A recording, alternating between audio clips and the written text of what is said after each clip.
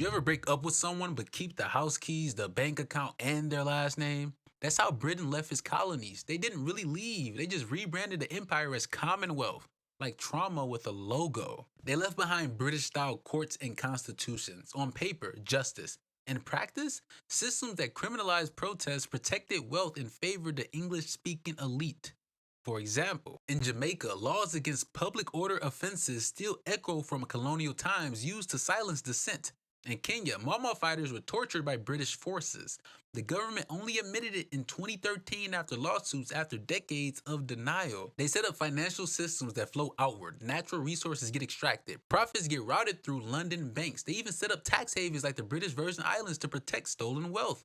Result: former colonies are now debt slaves to institutions that trace back to Britain's economic model. They left the English language as currency. If you speak it well, you rise. If not, you're left behind. Education, business, international aid, it all favors the colonial tongue. For example, in Zimbabwe, English is still the language of prestige, but native languages like Shona or Ndebele treat it as informal, even though they've survived centuries. The empire ended, but the operating system stayed. Britain left behind nations shaped in its image but trapped in its shadow. Flags changed, power didn't, and now the colonized get blamed for the mess that the colonizer designed.